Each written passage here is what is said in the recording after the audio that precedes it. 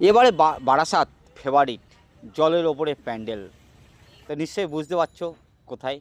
তো চলো আমরা মণ্ডপটাকে ভালোভাবে দেখে নিই। জলের ওপরে এত সুন্দর প্যান্ডেল, আর কি বলবো। চলো, মণ্ডপে যখন ভিতরে আসবে তখনই কিন্তু এই রকম লাইটিংয়ের কিছু ডিজাইন দেখতে পাবে। এখন কিন্তু কাজ কমপ্লিট হয়নি, তার আগে কিন্তু আমার ভিডিওটা তৈরি করা।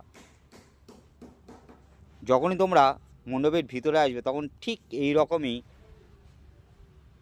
শ্যামা মায়ের আগে মাথার ওপরে ঠিক এই রকম দৃশ্য তোমরা কিন্তু দেখতে পাবে। অনেক সুন্দর লাগছে চারিদিকে, যেমন হাতি, আরও বিভিন্ন রকমের ডিজাইন আর হাতের নকশা করা।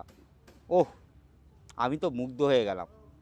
চলো, তা আমি বলবো তোমরা এই বারাসাত কিন্তু মিস করবে না। মিস করলেই কিন্তু এই রকম ডিজাইন কিন্তু দেখতে পাবে না। গেটের দুই ধারে এই রকম ডিজাইন আমি কিন্তু দেখে মুগ্ধ হয়ে গেছি।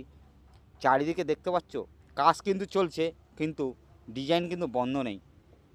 অসাধারণ লাগছে এই মণ্ডপের ডিজাইনটা।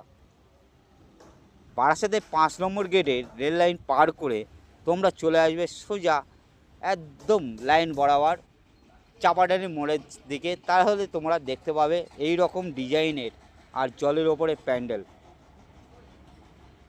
চলো আমরা একটু ভালোভাবে দেখিনি। দেখো কি সুন্দরভাবে নকশা করা, খুব সুন্দর লাগছে। চারিদিকটা এত সুন্দরভাবে ডিজাইন করেছে, তা দারুণ লাগছে।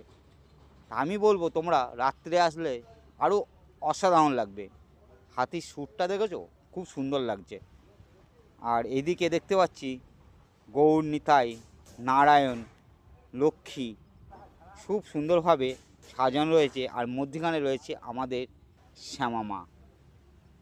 খুব সুন্দর লাগছে এই শ্যামা মাকে, অসাধারণ করেছে এবারের বারাসাতে। চলো, এই সাইডে রয়েছে মেলা। তোমরা যদি মনে করো মেলায় কিছু কেনাকাটা করবে বা নাগরদোল্লা চলবে, তো অবশ্যই এখানটায় চলে এসো, সব কিছু একসাথে পেয়ে যাবে। চলো বাই, আবার দেখা হবে নেক্সট ভিডিওতে। চলো।